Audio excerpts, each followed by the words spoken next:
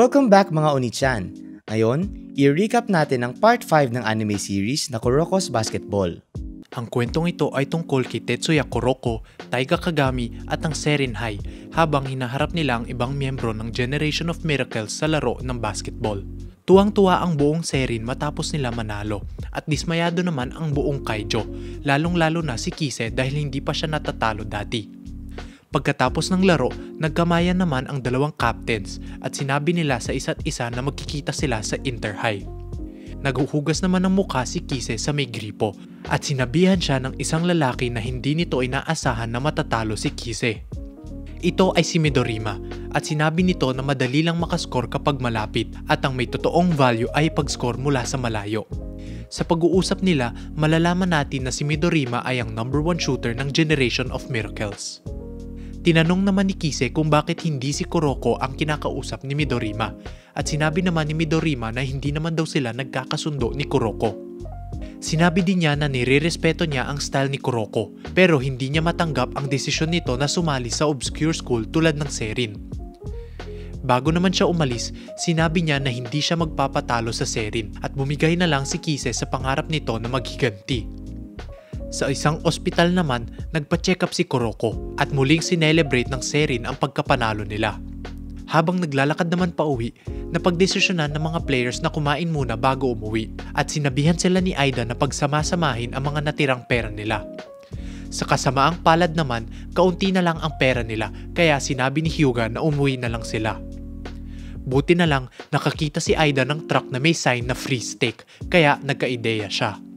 Nag-stake na ang team at kailangan nila ito ubusin dahil kung hindi, kailangan nila magbayad ng malaking pera.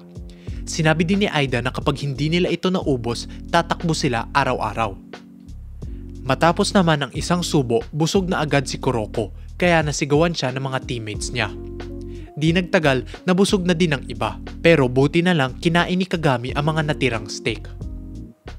Paglabas naman ni Kuroko ng steak shop, nakita niya si Kise at niyaya siya nito na mag-usap. Lumabas din ang teammates ni Kuroko pagkatapos nun at nagtaka sila kung nasan si Kuroko kaya hinanap nila ito bago umuwi. Sa kabilang banda naman, pumunta si Kise at Kuroko sa isang park at nagtanong si Kise kung bakit biglang nawala si Kuroko matapos ang middle school championship game nila. Sinabi ni Kuroko na question niya ang policies ng Teiko sa championship game at feeling niya may kulang sila. Sinabi din niya na ayaw niya sa basketball noong mga panahong yun. Tapos, kwento niya na nagsimula daw siya mag-basketball dahil mahal niya ang laro. Kaya daw manghang-mangha siya kay Kagami dahil sa pagmamahal nito sa basketball. Sinabi naman ni Kise na balang araw maghihiwalay si Kuroko at Kagami.